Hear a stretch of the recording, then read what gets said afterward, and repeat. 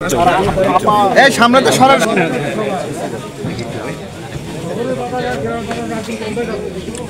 আমরা আছি আপনার পাশে। চেয়ারম্যান দেশনাথ তারেক রহমান আপনার পাশে আছে। হ্যাঁ, সারা বাংলাদেশের মানুষ আপনার পাশে আছে। ঠিক আছে, আপনার কোনো বিষয় না, আমার নাম্বার দেওয়া আছে, যে কোনো প্রয়োজনে।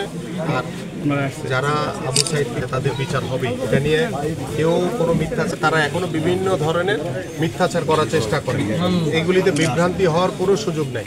ঠিক আছে, কেউ বিভ্রান্ত করতে পারবে। দোয়া করবেন আমাদের জন্য। আমি দিয়ে দিই, ভালো রাখো, সুস্থ রাখো। সাইদের রক্ত, এটা বাংলাদেশের জন্য অনেক বড় একটা না, ওইটা ভালো রাখুন আপনাদের, যে কোনো প্রয়োজন কোন দিকে। ঠিক আছে, আমরা আছি, পাশে আছি। ভারপ্রাপ্ত চেয়ারম্যান মহোদয় আপনাদের পাশে আছি।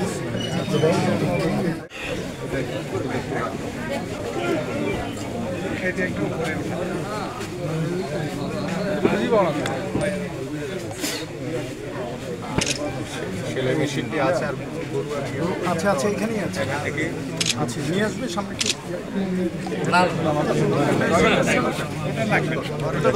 আচ্ছা আচ্ছা, তাও যাওয়ার সময় ওখানে দাঁড়ায় আপনি।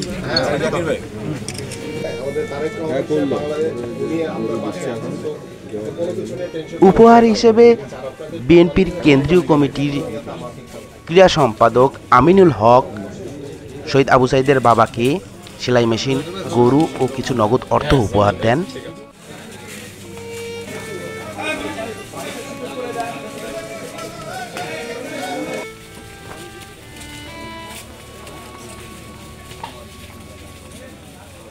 ওরা সত্যকে কখনো মেনে নিতে পারে না। ওরা সবসময় মিথ্যার উপর ভর করেই কিন্তু গত 17 বছর বাংলাদেশের মানুষের উপরে জুলুম নির্যাতন করেছে। আমরা প্রকাশ্যে দেখেছি যে পুলিশ কিভাবে, এবং যে পুলিশ তাকে অ্যারেস্ট করা হয়েছে, এবং তার বিচার বাংলাদেশের মাটিতে অবশ্যই হবে। এবং ইনশাআল্লাহ এরপর শহীদ আবু সাইদের বাবার সাথে বসে তার সঙ্গে কথা বলেন, তার সাথে ভাব বিনিময় করেন এবং তার খোঁজ খবর নেন। এর চেয়ে স্পষ্ট সত্য আর পৃথিবীতে পারে না। তো আমরা সবাই জানি, আপনার বলা লাগবে না, আমরা সবাই জানি যে আবু সাইদকে কিভাবে এই স্বৈরাচার হাসিনার আজ্ঞাবহ পুলিশ, আমাদের শুধু আবু সাইদ না, আমাদের হাজার হাজার ছাত্র ভাই কিন্তু গত 17 বছর ধরে এসে আমাদের প্রায় বিএনপির প্রায় 60 লক্ষ নেতা কর্মীদের নামে মিথ্যা মামলা দিয়েছে, বারবার জেল খেটেছেন।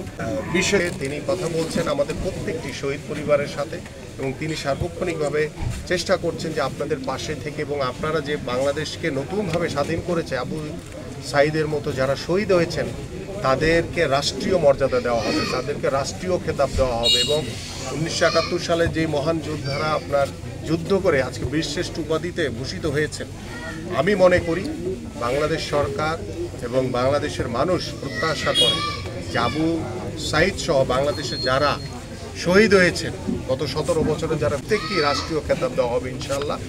রাষ্ট্র থেকে তাদেরকে পর্যবেক্ষণ করা হবে এবং তাদেরকে সেই বীরশ্রেষ্ঠ উপাধিতে ভূষিত করা হবে বলে আমি বিশ্বাস করি, এবং সেটা যা সময়ের ব্যাপার।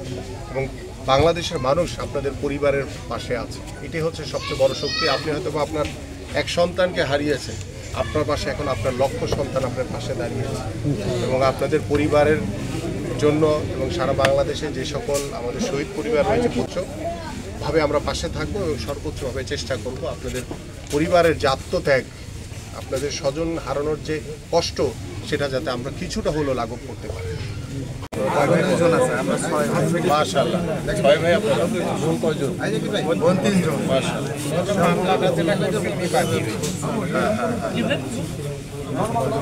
হ্যাঁ, না মাশাআল্লাহ, ভালো।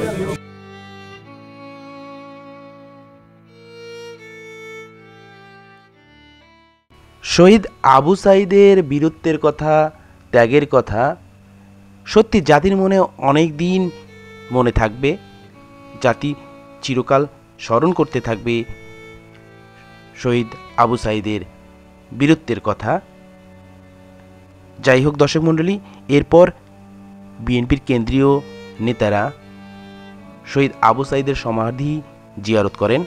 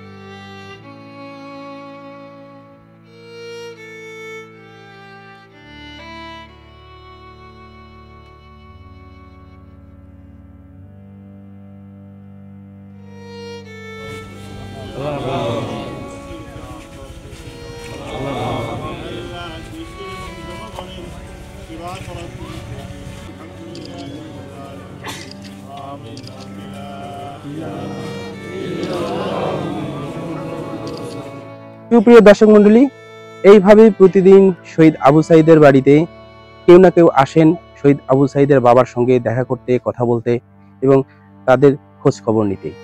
আজকেও আপনারা দেখলেন এসেছেন বিভিন্ন নেতাকর্মী, বিভিন্ন দলের এসে শহীদ আবু সাঈদের বাবার সঙ্গে কথা বলেছেন, তার ভাইয়ের সঙ্গে কথা বলেছেন এবং তার মার সঙ্গে কথা বলেছেন।